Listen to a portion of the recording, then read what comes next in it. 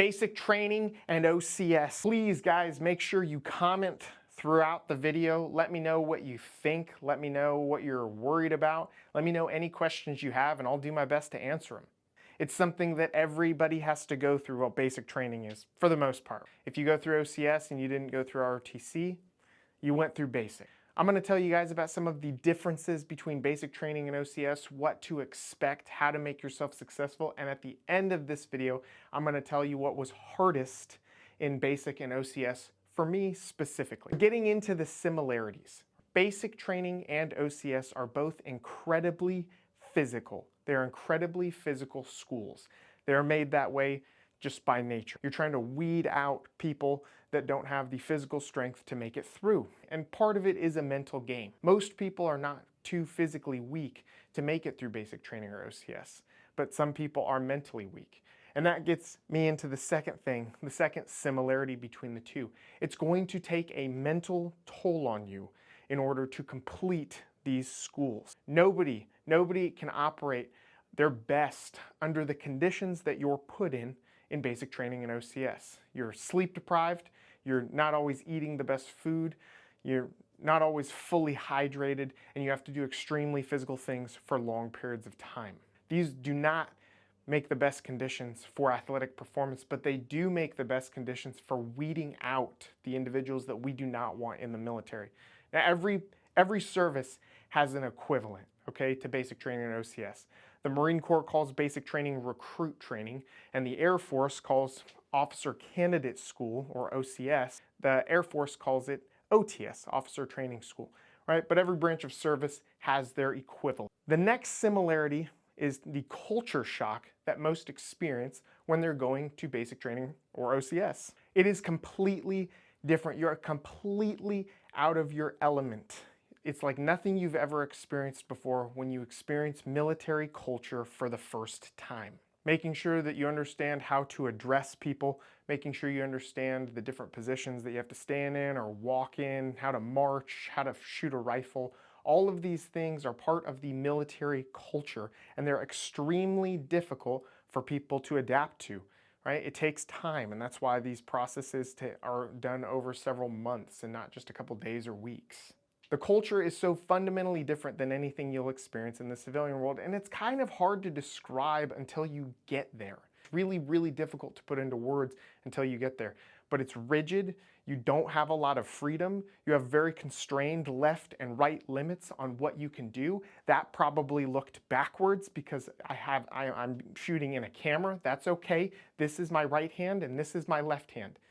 Although this is a normal camera and not a forward-facing phone screen, so maybe it is correct. I don't know.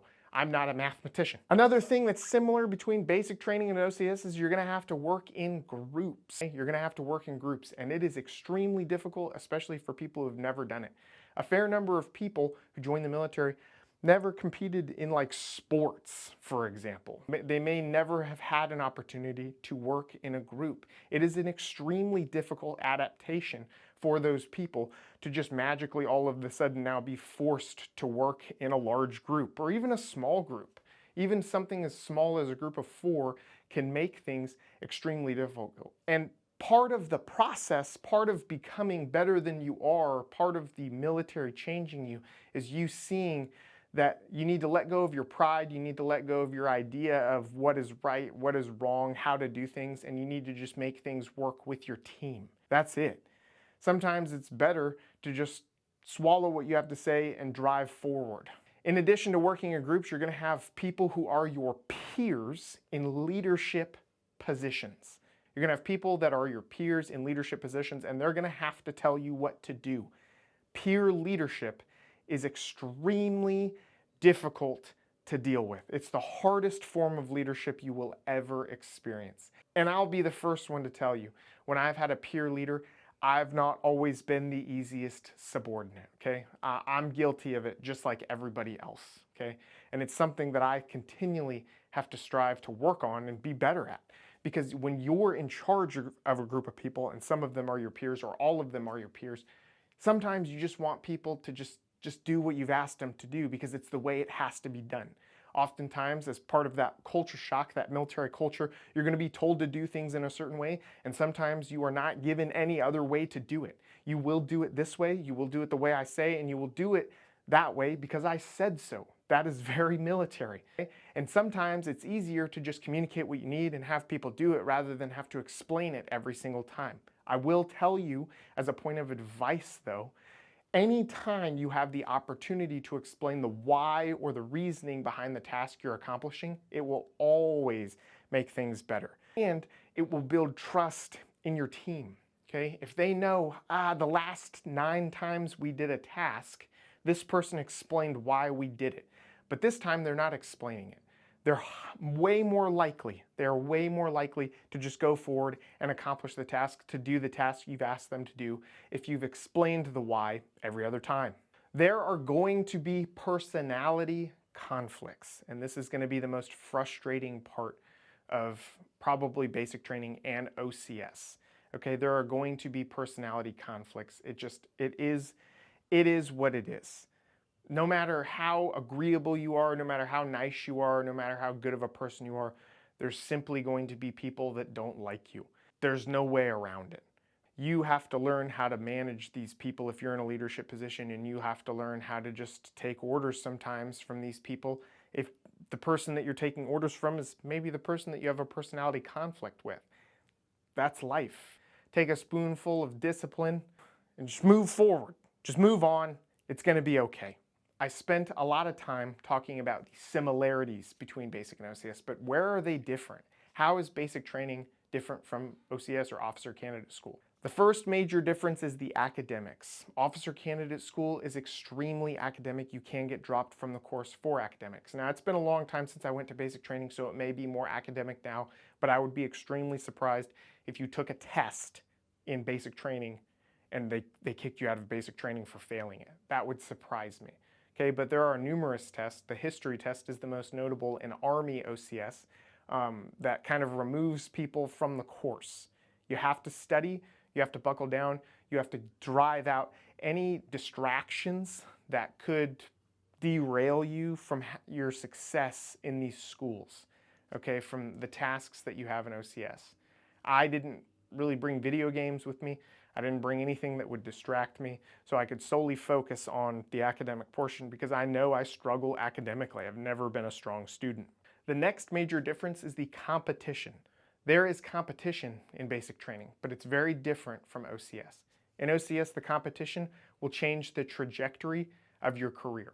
And if you fall too short on the Order of Merit list, or OML, they can actually kick you out, or they can recycle you. In addition to that, your placement on the Order of Merit list is going to determine the branch that you get in the Army.